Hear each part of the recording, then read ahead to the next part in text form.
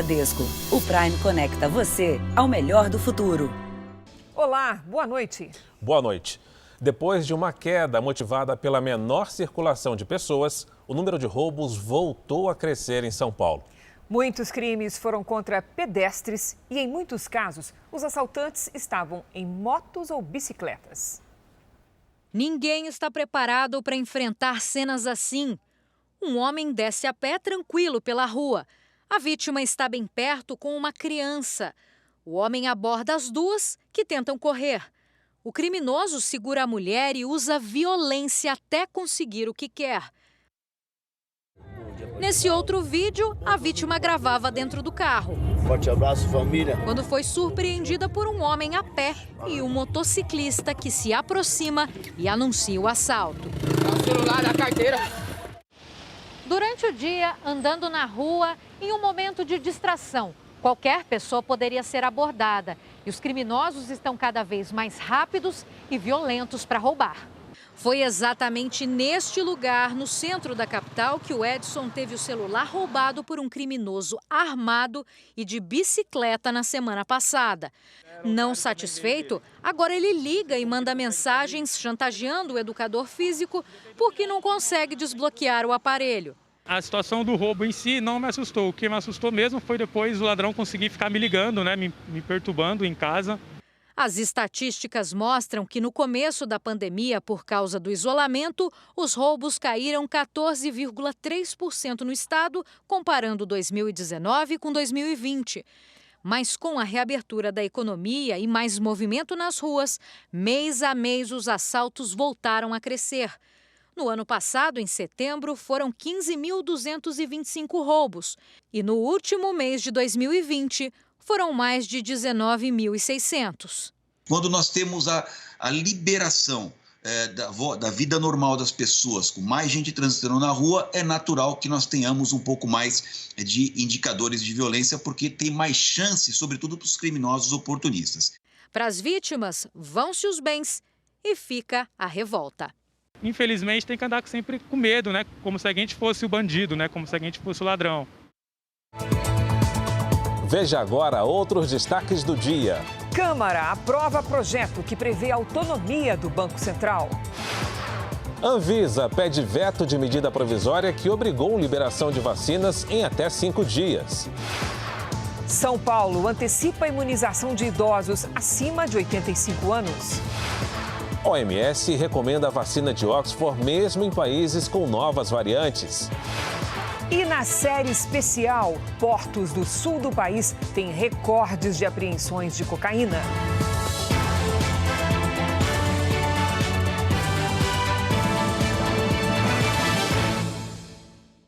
Oferecimento Bradesco. Encare o futuro. Abra sua conta pelo app.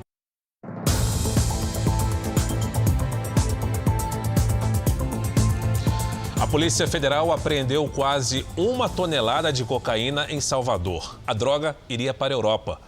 500 quilos foram encontrados em um avião de pequeno porte no aeroporto internacional. Os funcionários da empresa desconfiaram da carga e chamaram a polícia. Cães farejadores participaram da ação. A cocaína iria para Portugal.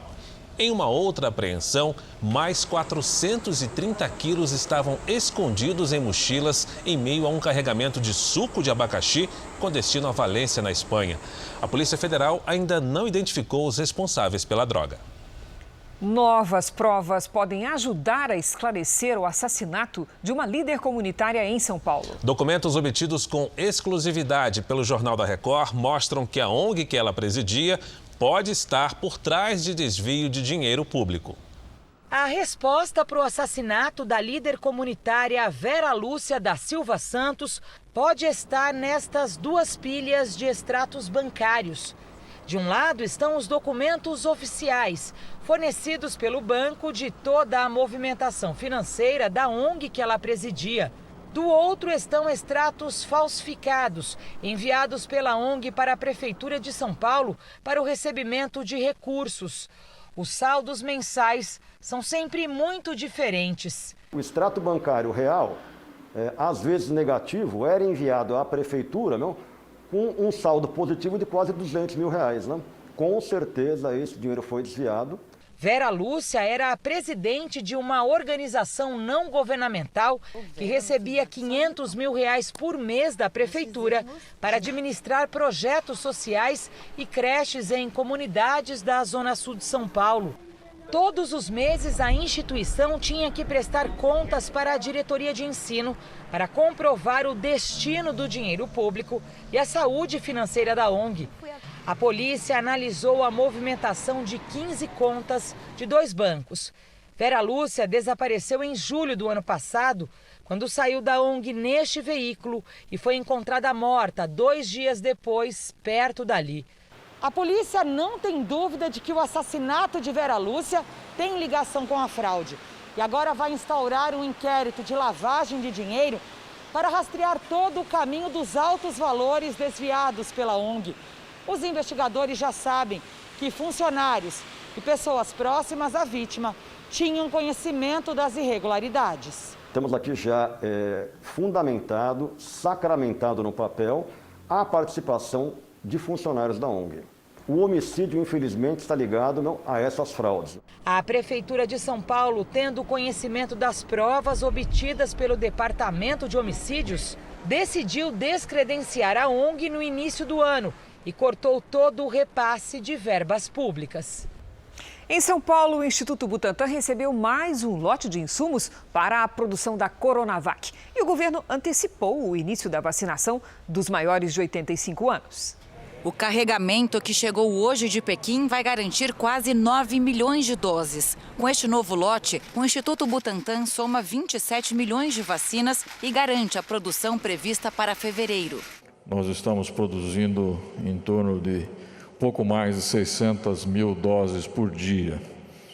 Isso significa que nos próximos 160 dias, nós entregaremos as 100 milhões de doses que o Butantan tem nesse momento em contrato com o Ministério da Saúde. Com mais vacinas disponíveis, o governo de São Paulo antecipou o calendário de imunização para 900 mil idosos no estado. As pessoas entre 85 e 89 anos começam a ser vacinadas na sexta-feira, 3 dias antes do previsto. Quem tem mais de 80 anos recebe a dose a partir de 1º de março. A disponibilidade de mais vacinas também vai garantir o início da aplicação da segunda dose a partir da semana que vem. Nós esperamos que, aumentando a velocidade da vacinação dos nossos idosos, tão logo isso esteja acontecendo, já vamos começar a ter reflexo na redução dos casos graves, redução de internação em leitos de UTI e redução de óbitos. Hoje também, o governo paulista entrou com uma ação no Supremo Tribunal Federal para que a União volte a custear 3.258 leitos de UTI ocupados por pacientes da Covid-19 e que deixaram de ser pagos em dezembro. Embora a Procuradoria entenda, e a Procuradoria entende que os 3 entes da federação tenham competência para atuar na área de saúde, compete à União promover e planejar em caráter permanente e zelar pela saúde de todos os brasileiros.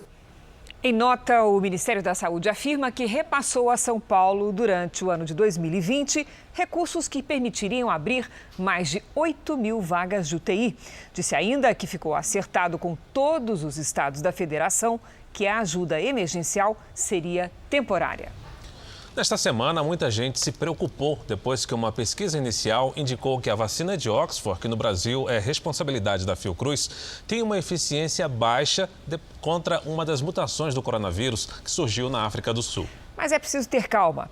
O vírus vai se modificando para garantir a própria sobrevivência e é isso que significa a palavra mutação. O resultado é que os laboratórios vão precisar atualizar também as vacinas. Se há até bem pouco tempo a corrida era para descobrir a vacina, agora, ainda no início da imunização, o maior desafio dos laboratórios é desenvolver fórmulas que sejam tão eficientes e versáteis como o coronavírus tem se mostrado. Uma coisa que os vírus fazem de melhor é mutar. É um micro-organismo que está evoluindo na Terra há mais de 2 bilhões de anos. E ele se adapta através de mutações. Eles foram feitos para sofrer mutações e assim se perpetuar na multiplicação nos seus hospedeiros. Em países como a África do Sul, por exemplo, a nova cepa já se mostra mais resistente à vacina de Oxford e com maior capacidade de contaminação. A mutação seria no chamado spike, o nome dado à proteína que age como ponto de ligação entre o vírus e as células humanas. É nesse local que os anticorpos neutralizantes produzidos pelo nosso organismo ou pela vacina se encaixam e agem para evitar que o vírus entre na célula para se reproduzir. Com a mutação, essa barreira passa a ser mais vulnerável. A variante registrada no Brasil, na região amazônica, apresenta características semelhantes. A vacina produzida no Brasil pelo Instituto Butantan e o laboratório chinês Sinovac foi desenvolvida com o vírus inteiro inativado. A dúvida agora é se ela será eficiente diante das mutações que estão surgindo. Todas as vacinas que nós temos até hoje são baseadas na sequência original do vírus que circula pelo mundo. Nenhuma delas previu, porque não existia, e nem colocou ainda os variantes. Então, todas elas vão perder eficácia frente aos variantes, sejam elas de vírus inteiro ou de fragmento. Até agora, não existem estudos conclusivos que comprovem a eficácia das vacinas já existentes no mercado contra as novas variantes do coronavírus, que surgiram em pelo menos 3 continentes. Por isso, fabricantes de várias partes do mundo, como aqui no Instituto Butantan no Brasil, já anunciaram que estão estudando ou até já trabalhando na produção de novos imunizantes capazes de responder às mutações. De toda forma, os pesquisadores são claros. É preciso usar as armas que já temos. A vacinação continua fundamental para diminuir as consequências da pandemia. Se a gente tomar o exemplo da vacina para a gripe, ele é um mutante profissional. Todo ano a gente tem uma vacina adaptada para os novos mutantes. É bem possível que a gente tenha que fazer algo semelhante para o coronavírus, adaptando a vacina a cada 2, 3 anos para os novos variantes que surgem. E a Organização Mundial da Saúde recomenda que a vacina de Oxford seja aplicada, mesmo em países com variações do coronavírus. E também reafirmou que ela pode ser aplicada em pessoas com mais de 65 anos. Países europeus como Portugal e Alemanha não recomendaram o uso da vacina em idosos por falta de dados. Mas a OMS confirmou hoje que os testes disponíveis são suficientes para comprovar a segurança e a proteção do imunizante em pessoas acima dos 18 anos.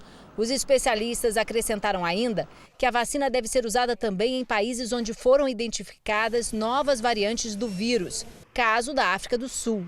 O país suspendeu o uso da vacina de Oxford depois que um estudo em fase inicial indicou a não eficácia em relação à variante sul-africana.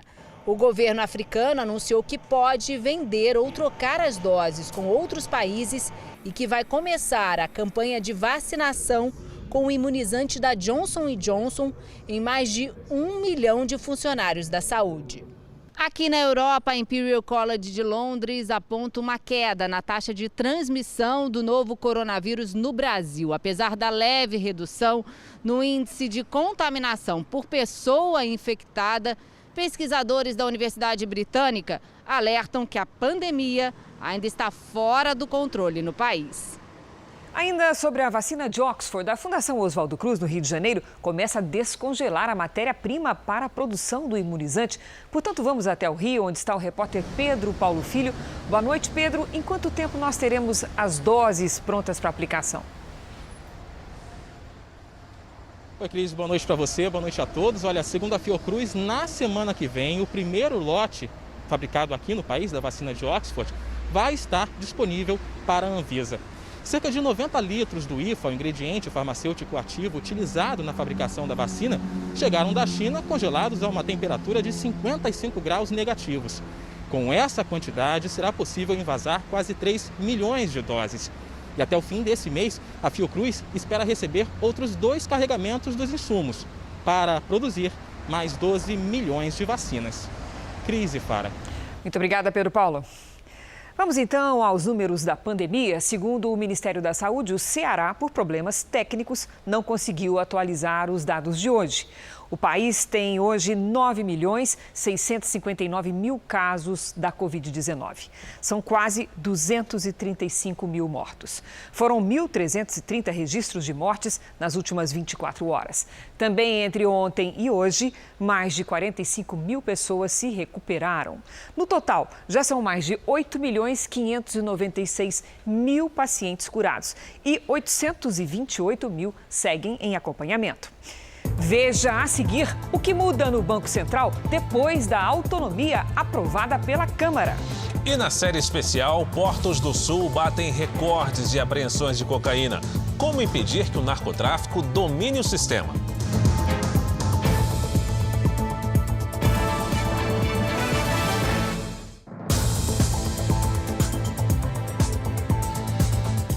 A Câmara dos Deputados aprovou por 339 votos a 114, uma diferença considerável, o texto principal do projeto que dá autonomia ao Banco Central. Alguns destaques ainda precisam ser votados, mas a parte principal está pronta para a sanção do presidente Bolsonaro. A oposição fez o que pôde para atrasar a análise do projeto. Foram apresentados 2 requerimentos e 5 destaques. Mas no plenário, a maioria era favorável à votação da proposta. Estabilidade da moeda, controle da inflação, política de reservas cambiais, tudo isso vai permitir juros mais baixos, investimentos maiores, desenvolvimento e emprego para a nossa gente. O relator manteve o mesmo texto aprovado no Senado, para que o projeto não retornasse para nova análise dos senadores. Ouvimos a todos e entendemos que o melhor relatório ao final seria esse. Tanto é que teve a validação de mais de 330 parlamentares. Então agora a gente pensa que vai avançar, o Brasil vai melhorar a sua nota de crédito internacional e com isso a gente espera que mais investimentos venham para o Brasil.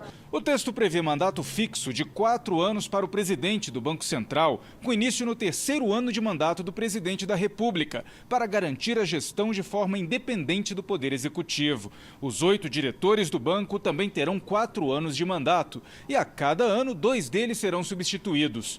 Todos os nomes precisam ser aprovados pelo Senado. O mandato pode ser renovado uma única vez e os nomeados não poderão ser demitidos pelo presidente da República. Até agora, o governo federal não conta com orçamento para este ano, que deveria ter sido aprovado no fim de 2020. O principal obstáculo foi a falta de acordo sobre o comando da Comissão de Orçamento, o que só foi resolvido com a conclusão da eleição para a presidência da Câmara.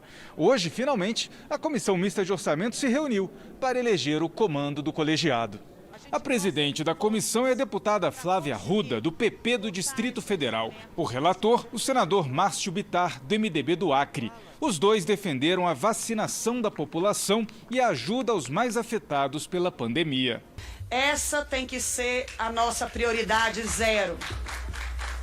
Vacina, vacina e vacina. A retomada da agenda econômica é fundamental, como é fundamental resolver o problema de milhares de brasileiros que estão desassistidos. Achar essa fórmula é o nosso grande desafio. Logo depois da votação, eles se reuniram com o ministro Paulo Guedes. Nós precisamos ter a sensibilidade social, de um lado, vendo os efeitos que a pandemia deixou, e ainda ameaça os brasileiros, de um lado, mas de outro lado, isso tem que ser com responsabilidade fiscal. Nós temos um compromisso com as futuras gerações do Brasil. Vamos agora com a opinião de Augusto Nunes. Boa noite, Augusto. Boa noite, Cris. Boa noite, Fara. Boa noite a você que nos acompanha. Vem ganhando adeptos do Congresso e do Planalto a ressurreição da CPMF, que ficou conhecida como Imposto do Cheque. Os defensores da ideia garantem que será uma coisa provisória, destinada a financiar uma nova rodada do auxílio emergencial. No Brasil, como sabemos, provisório costuma ser o codinome de permanente. CPMF, aliás, eram as iniciais de Contribuição Provisória sobre Movimentação Financeira. Nasceu em 1997 para financiar investimentos na área de saúde durante um ano. Só foi extinta em 2007. Nesses 10 anos, a saúde pública ficou com algumas quantias irrisórias. o restante da fortuna arrecadada foi usado pelo governo no que lhe convinha. O senador Márcio Bittar, relator do orçamento de 2021, defendeu nesta quarta-feira a volta imediata do auxílio emergencial. Ele argumenta que os brasileiros mais vulneráveis não podem esperar pela aprovação das reformas. Até aí tudo bem. Mas o senador precisa dizer de onde virá o dinheiro. Quais são os cortes que ele propõe para que não seja ultrapassado o teto de gastos? Se está pensando no novo imposto, convém ser mais inventivo. A carga tributária que castiga os pagadores de impostos já é pesada demais. Não pode tornar-se insuportável. O diretor-presidente da Agência Nacional de Vigilância Sanitária, Barra Torres, pediu hoje ao presidente Jair Bolsonaro o veto à medida provisória que obriga a Anvisa a aprovar vacinas já liberadas no exterior. O presidente da Anvisa veio pessoalmente ao Palácio do Planalto defender o veto presidencial. A medida provisória foi aprovada com alterações pelo Congresso, que inseriu um artigo que obriga a Anvisa a conceder, em até 5 dias, a autorização de uso quando as vacinas já estiverem sido aprovadas, em definitivo ou de forma emergencial, por qualquer uma das 9 agências sanitárias internacionais. No meio de uma pandemia, não é razoável que a única agência que trata objetivamente da segurança sanitária da população seja impedida por uma lei de exercer a sua missão. O presidente da Anvisa reclamou do prazo de 5 dias. É irreal. O que aconteceria é que no 5º dia seria emitido um relatório parcial dizendo, olha, analisamos essas questões e essas outras permanecem sem análise e constará da caixa e da bula. Produto aprovado pela lei número tal, produto sem análise sanitária pela Anvisa. O presidente Bolsonaro não disse se iria vetar o artigo, mas repetiu que só pretende comprar vacinas para o Programa Nacional de Imunizações que sejam aprovadas pela Anvisa. Outro tema de destaque nesta quarta-feira é a volta do auxílio emergencial. O tema segue em discussão pela equipe econômica e membros do Congresso. Para que sejam pagas mais 3 parcelas de R$ 200 cada, integrantes do Ministério da Economia estimam que sejam necessários 20 bilhões de reais. Diante da pressão de parlamentares para que a decisão seja rápida, o Ministério da Economia estuda a possibilidade de editar uma nova PEC de guerra, para conceder o benefício sem que o governo estoure o teto de gastos e cometa crime de responsabilidade fiscal. Os presidentes do Senado e da Câmara têm defendido que não é possível esperar a aprovação de outras propostas e as conversas com o Ministério da Economia têm avançado. De acordo com fontes que acompanham as negociações, estão sendo testadas possibilidades do que pode ser mais viável. Nesta quarta-feira, o presidente falou sobre o que significa para o país a prorrogação do auxílio, mesmo que seja apenas para uma parte dos trabalhadores informais. O que eu falo? Não é dinheiro que eu tenho no cofre, é endividamento. Isso é terrível também. A economia tem que pegar. Temos que voltar a trabalhar. Nos preocupar com os mais idosos, sem comorbidade, mas a roda da vida tem que continuar. Sou muito criticado por isso. Me chamam de tudo. E, pelo que tu indica, na ponta da linha, é uma questão política o tratamento dessa questão. Vamos ter que conviver com esse vírus. Não adianta falar que passando o tempo vai resolver. Hoje, prefeitos de 7 cidades da região metropolitana de São Paulo assinaram um protocolo de intenção de compra da Sputnik junto à farmacêutica que vai produzir a vacina russa no Brasil. Mas a compra só deve se efetivar depois que o imunizante for aprovado pela Anvisa. A pandemia aumentou a importância da TV na vida do brasileiro. É o que revela um levantamento do grupo Cantar Ibope. Em 2020, 90% dos comentários numa rede social de compartilhamentos que falavam sobre conteúdos de vídeos eram sobre programas da TV aberta. Já virou costume, na frente da TV, mas com o tablet ou celular ao lado para comentar, lógico. E se for reality show, como A Fazenda, melhor ainda. Sozinho não dá pra gente comentar com a gente mesmo, né? Aí a gente vai, chama uma colega e começa, você viu? Aconteceu isso e isso, eu não concordo, a outra eu também não concordo. Segundo dados do Cantar Ibope, mais de 90% dos 363 milhões de tweets gerados em 2020 sobre conteúdos de vídeo vieram de programas da TV aberta, em especial reality shows, séries, novelas e jornalismo. O telefone celular não sai mais das mãos do brasileiro, nem na hora de ver a TV. O aparelho virou ferramenta para comentar o que acontece aqui. O levantamento do Cantar Ibope mostra que comentários e compartilhamentos deram um salto na internet em 2020. Os programas da vida real, os chamados realities, registraram um aumento de 373% em comparação com 2019. As pessoas estarem mais em casa assistindo fez com que muita gente voltasse a olhar até com mais carinho para justamente essa forma de televisão. Foi um momento que a TV aberta também passou a repensar a sua importância, atrelando o streaming como um apoio e uma nova forma de difusão do próprio serviço de TV aberta. Os programas jornalísticos também se destacam na pesquisa, que foi feita a partir do monitoramento de postagens. No acumulado do ano, os comentários sobre informativos diários e programas semanais de notícias cresceram 119%. É neste domingo espetacular. Depois da Hora do Faro. Até lá. No primeiro trimestre de 2020, chegaram à liderança durante algumas semanas, na época em que a pandemia chegou ao Brasil. A TV aberta no Brasil, 70 anos de tradição. Então isso pesa porque aquela televisão que informa as pessoas desde a avó até o neto, que agora consome também junto com a internet a televisão. O Cidade Alerta, da Record TV, foi um dos 3 programas jornalísticos mais comentados da TV aberta no ano passado.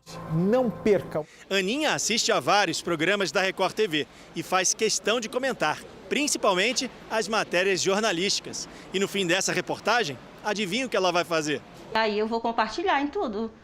No Twitter, no Instagram, tudo eu vou compartilhar, porque as coisas boas tem que compartilhar mesmo. A reportagem, então, vai para a rede social. Vai para a rede social e as pessoas têm que ficar ligadas, porque eu vou marcar. Veja a seguir, ginasta Arthur Nori recupera as medalhas que foram roubadas da casa dele. E na série especial, as armadilhas do crime organizado para tentar enganar a polícia e transportar toneladas de cocaína pelos portos do sul do país.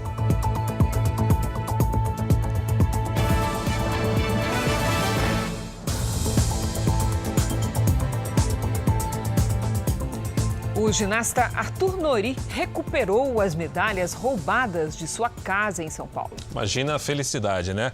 Após denúncia anônima, a Polícia Militar encontrou as 33 medalhas numa lixeira em Osasco, região metropolitana da capital. Um momento emocionante diante da delegacia. O valor sentimental é muito grande, né? É uma joia do atleta e não tem preço, a medalha não tem preço. Na manhã de 5 de fevereiro, 2 homens armados entraram na casa do ginasta Arthur Nori, renderam uma funcionária e um amigo. Eles queriam joias e dinheiro. No caminho para o quarto, viram ali a parede com as medalhas e puxaram as medalhas. Arthur não estava em casa, nem guardava a fortuna que os ladrões esperavam obter. Se uma medalha olímpica fosse mesmo toda feita de ouro, valeria hoje, derretida, cerca de R$130 mil. Mas são apenas 6 gramas, menos de 2 mil. O restante é prata e cobre. O valor é simbólico do esforço, da dedicação e do suor investidos por um ginasta para fazer uma apresentação quase perfeita como esta. Ontem, uma denúncia anônima levou a polícia a um bairro de Osasco, na região metropolitana de São Paulo. Ao fugir, um homem deixou todas as conquistas de Arthur, assim, numa caixa de sapatos, em uma lixeira. Agora recuperado, Arthur pode se concentrar nas Olimpíadas de Tóquio. Tô focado para conquistar mais e Tem bastante tempo de estrada aí na ginástica. O julgamento de Luiz Felipe Manweiler, acusado de matar a advogada Tatiana Spitzner, mulher dele, foi adiado pela terceira vez. A defesa do réu abandonou a sessão após não conseguir usar um vídeo como prova.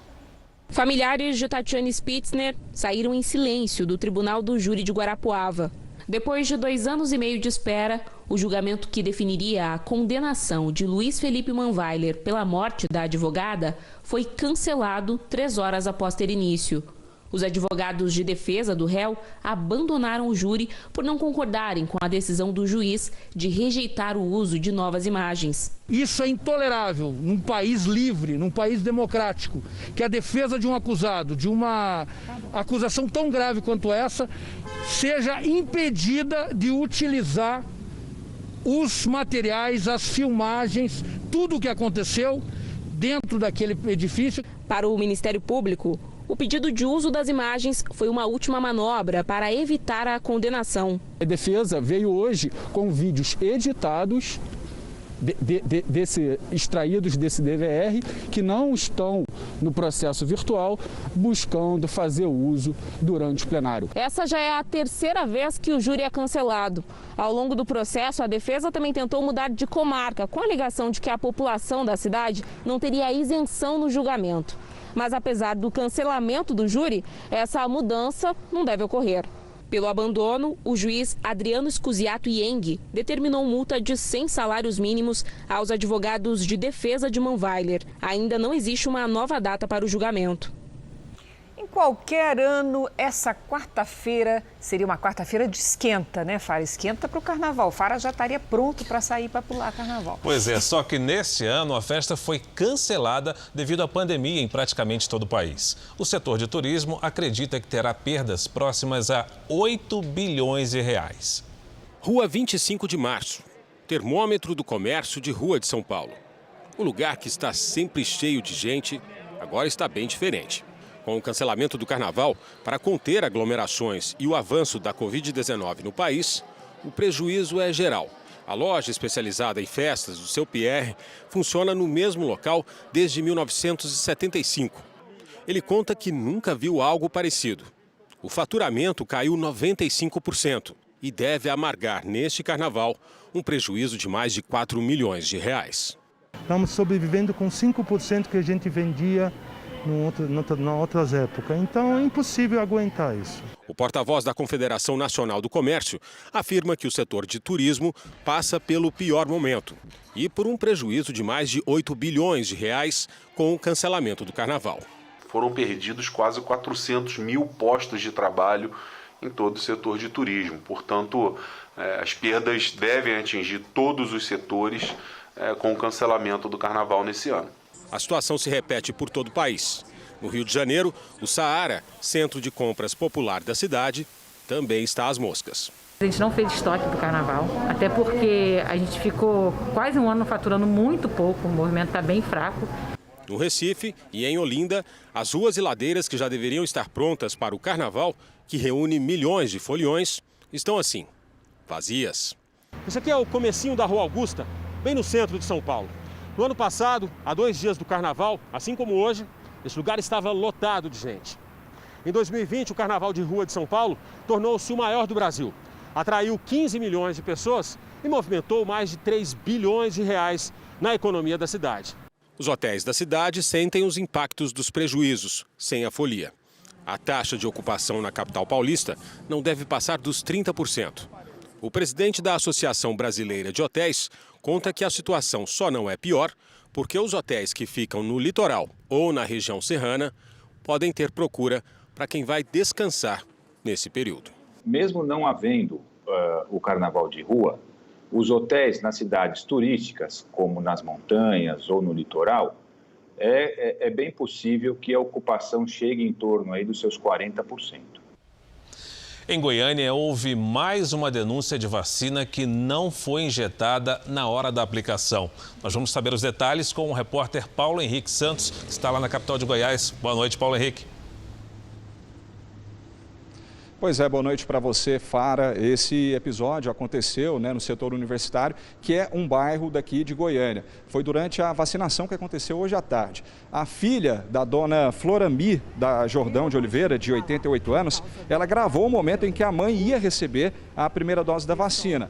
Mas a enfermeira retirou a seringa sem injetar o imunizante. Questionada pela filha, que reparou no líquido dentro da seringa, a enfermeira pediu desculpas, disse que tinha esquecido e depois aplicou corretamente. A Secretaria de Saúde de Goiânia diz que vai investigar o caso e que não tolera qualquer tipo de irregularidade. Cris, Fara. Que absurdo. Obrigado pelas suas informações, viu, Paulo? Vamos saber agora como está o andamento da vacinação em todo o país. Nas últimas 24 horas, 250 mil pessoas receberam a vacina contra o coronavírus no Brasil. Com isso, o país chegou à marca de 4.200.000 imunizados. O Amazonas, que tenta superar uma crise no sistema de saúde, já conseguiu vacinar 3,65% da população do estado. No Distrito Federal, foram aplicadas 107 mil doses da vacina, o que representa 3,45% dos moradores. Roraima aparece no terceiro lugar dos estados que mais vacinaram proporcionalmente, com quase 3% dos imunizados. E com 107 mil doses aplicadas, o estado do Pará, por enquanto, só vacinou 1,23% da população. O governo anunciou hoje um novo plano de combate a incêndios florestais na Amazônia. O anúncio foi feito pelo vice-presidente da República, Hamilton Mourão, depois de se reunir com o Conselho da Amazônia. Os militares vão deixar a fiscalização em 30 de abril, quando termina a Operação Verde Brasil 2. A função volta a ficar a cargo dos órgãos ambientais, como o IBAMA e Instituto Chico Mendes. O governo vai concentrar a fiscalização em 11 cidades brasileiras, onde ocorrem 70% dos incêndios criminosos. O emprego dos militares começou em maio passado, após o aumento expressivo de incêndios. Desde então, houve redução de 17% nas queimadas. Facilitar a exportação de produtos da América Latina aos chineses. Esse é um dos principais objetivos da rota que une Brasil, Paraguai, Argentina e Chile. Parte da cooperação foi concluída hoje. A BR-267 corta os estados de Minas Gerais, São Paulo e Mato Grosso do Sul. O contorno em Porto Murtinho, região de fronteira com o Paraguai, tem 7 quilômetros de extensão. A infraestrutura entregue nesta quarta-feira pelo governo sul-mato-grossense faz parte da Rota Bioceânica, que pretende ligar os oceanos Atlântico e Pacífico por meio de rodovias, passando por Brasil, Paraguai, Argentina e Chile. É uma maneira de agilizar as exportações para a China, importante parceiro comercial de todos esses países, e aumentar a competitividade dos produtos brasileiros em todo o mercado asiático. A logística é que encarece o produto no destino final. Daqui, você sai de Murtinho hoje, em 1.414 quilômetros, você está no Oceano Pacífico. Isso vai dar uma competitividade enorme aos produtos gerados no centro-oeste brasileiro. E crescer a exportação significa mais emprego, renda sendo gerada, fortalecimento da economia. No lado paraguaio, os trabalhos seguem adiantados. Outra importante obra de união comercial pela Rota Bioceânica é a ponte sobre o Rio Paraguai, que começa a ser construída este ano e vai ligar as cidades de Porto Murtinho, aqui no Brasil, a Carmelo Peralta, no Paraguai. A estrutura deve ficar pronta em 2023. Hoje, quem precisa chegar ao país vizinho faz a travessia de balsa. A conclusão da rota viária coincide também com a retomada da travessia de cargas pelo Rio Paraguai, depois da estiagem severa que suspendeu a navegação ano passado. A quarta-feira foi de temporais nas regiões norte e sul do país. Será que temos algum alerta para essa quinta-feira? Vamos saber com a Lidiane Sayuri. Boa noite, Lid. Temos alerta? Temos sim, Cris. Boa noite para você, para o Fara, para quem nos acompanha. Aquele amontoado de nuvens do norte até o sudeste perdeu força, mas ainda há chance de tempestades agora em pontos isolados. Mais cedo, as nuvens carregadas e a ventania formaram uma tromba d'água no litoral norte de Santa Catarina. Uma circulação de ventos na costa de São Paulo também provoca chuva em partes do sudeste. No sul, os ventos úmidos do mar formam nuvens carregadas em toda a faixa litorânea. A chuva mais pesada vai cair amanhã sobre o litoral da região sul, Planalto Norte de Santa Catarina, leste do estado de São Paulo, que inclui a região metropolitana, Rio de Janeiro e Minas Gerais. Nas praias gaúchas e no interior de São Paulo, tem ventania. Mais um dia de tempestades no Amapá e também no norte do Pará. No centro-oeste, aquele sol com pancadas de chuva à tarde. Tempo firme mesmo entre o norte da Bahia e Pernambuco. Em Belém, máxima de 32 e faz até 34 em Teresina.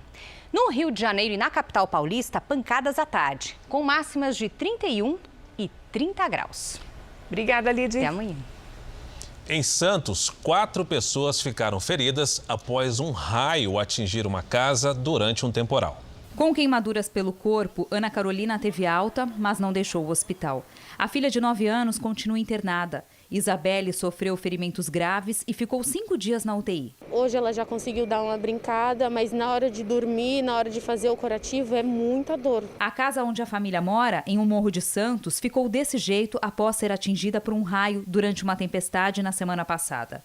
Ana Carolina e a cunhada estavam na cozinha, com a porta da rua aberta, quando o tempo virou. Do nada veio um vento muito forte e o vento já trouxe o raio. Houve a explosão. A gente que estava ali na cozinha, a vista ficou amarelada, a gente não conseguiu enxergar durante uns segundos. A gente só foi ver o fogo mesmo quando as vistas voltou ao normal. Os próprios moradores conseguiram controlar as chamas. 12 pessoas moravam na casa, 4 ficaram feridas. Isabelle foi o caso mais grave. Agora, todos estão desabrigados. Vem um raio e acaba com tudo que você construiu, com tudo que você tem. Na costa brasileira, a Baixada Santista é a campeã em incidência de raios. Mas, de acordo com a Defesa Civil, é raro uma descarga cair em uma casa de alvenaria e causar tanta destruição. A fiação externa trouxe as consequências do raio, trouxe essa energia muito violenta, muito intensa para dentro de casa, causando o princípio de incêndio. O sucesso da novela Gênesis já é conhecido dos brasileiros. Mas agora a superprodução da Record TV chama a atenção também da crítica e do público no exterior. A superprodução Gênesis não tem nem um mês no ar e os resultados são grandiosos. O enredo, o elenco, a produção, os cenários de encher os olhos têm conquistado o país. Gênesis registrou o maior ibope nos 10 capítulos iniciais entre todas as novelas bíblicas já produzidas pela Record TV.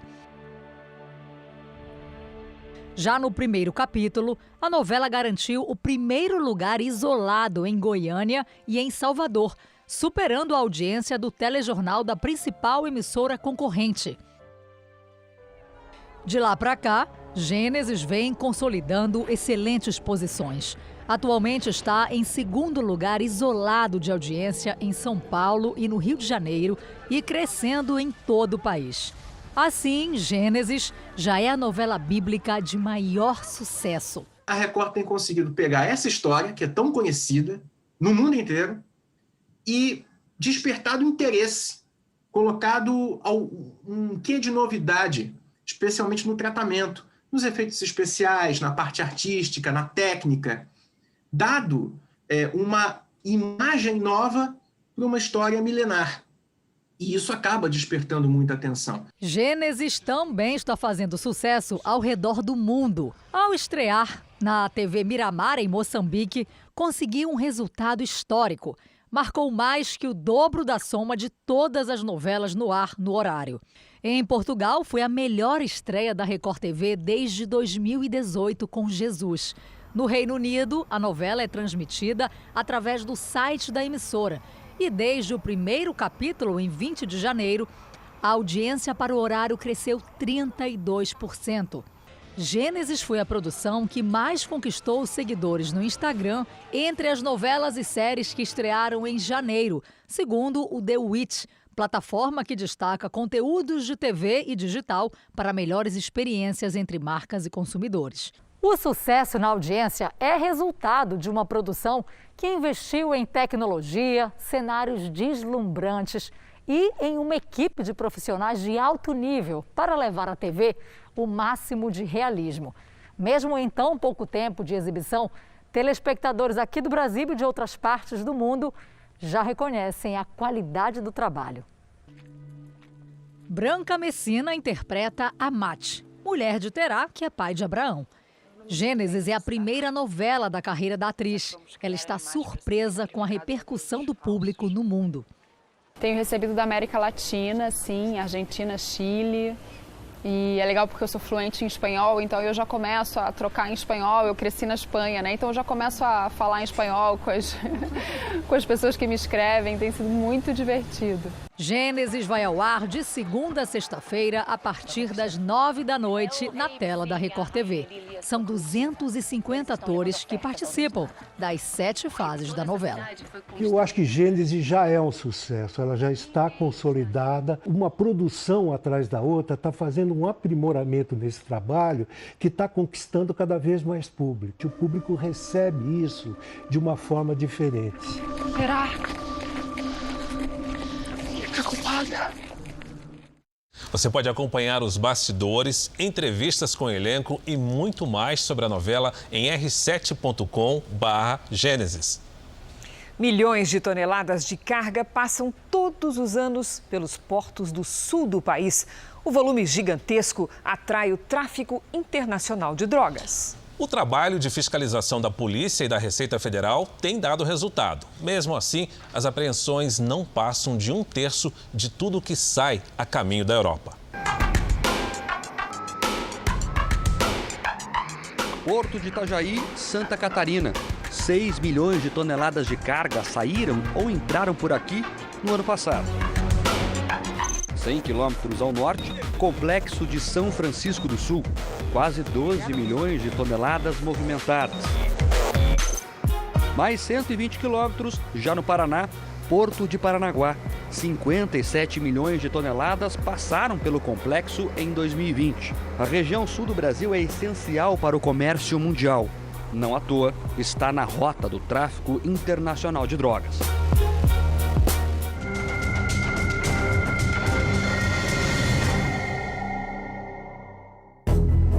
Dentro de contêineres como esses, boa parte da cocaína produzida na América do Sul é enviada para a Europa.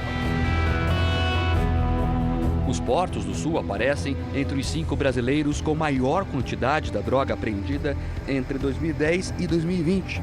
No total, mais de 50 toneladas, 2/3 aqui no Porto de Paranaguá, o segundo maior do Brasil, atrás apenas de Santos. Os caminhões entram e saem num movimento intenso. Nós estamos no maior terminal de contêineres da América do Sul. O pátio aqui tem milhares de corredores como esse, estreitos e escuros. E é justamente aqui que o trabalho dos fiscais acontece. Eles verificam lacre por lacre e a qualquer sinal de irregularidade fazem a abertura do contêiner para ver se tem droga aqui dentro.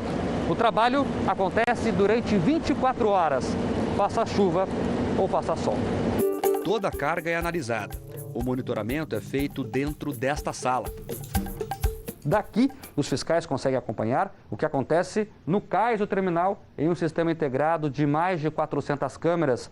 O que também ajuda no trabalho são os scanners, que conseguem literalmente ver o que tem dentro dos caminhões. Nesse caso aqui, a carga era de ripas de madeira, mas os fiscais flagraram, com o scanner, 230 quilos de cocaína junto à porta do container. A Receita Federal em Paranaguá tem um grande aparato, né? Tanto na questão dos recintos aqui, que tem as câmeras, né? Que são mais de 400 câmeras. Além disso, a gente tem um scanner de alta potência, que é usado em todas as cargas que vão para a Europa. Por dia, são vários lacres rompidos para os agentes poderem procurar drogas nas cargas suspeitas. Um trabalho que vem dando resultado. Isso indica para a gente que os criminosos estão reduzindo as quantidades embarcadas, né, para o exterior, provavelmente fruto do resultado já do trabalho da Receita Federal em Paranaguá. Em Itajaí, depois de um recorde de apreensões, os traficantes diminuíram muito as suas operações. Em 2018, foram 459 quilos de cocaína. Com o aumento da fiscalização, em 2019, as apreensões somaram 4 toneladas. No ano passado, o número caiu para 1 tonelada. O complexo portuário de São Francisco do Sul é o maior de Santa Catarina. Por aqui, o Brasil escoa milhões de toneladas de soja, principalmente para a China. Mas os navios cargueiros também têm a Europa como destino. O auditor da Receita Federal afirma que o trabalho minucioso precisa acontecer não apenas com a carga com destino para os países que recebem a cocaína. O crime organizado tenta burlar a fiscalização, mesmo que isso demande mais tempo e dinheiro para a droga chegar ao seu receptador.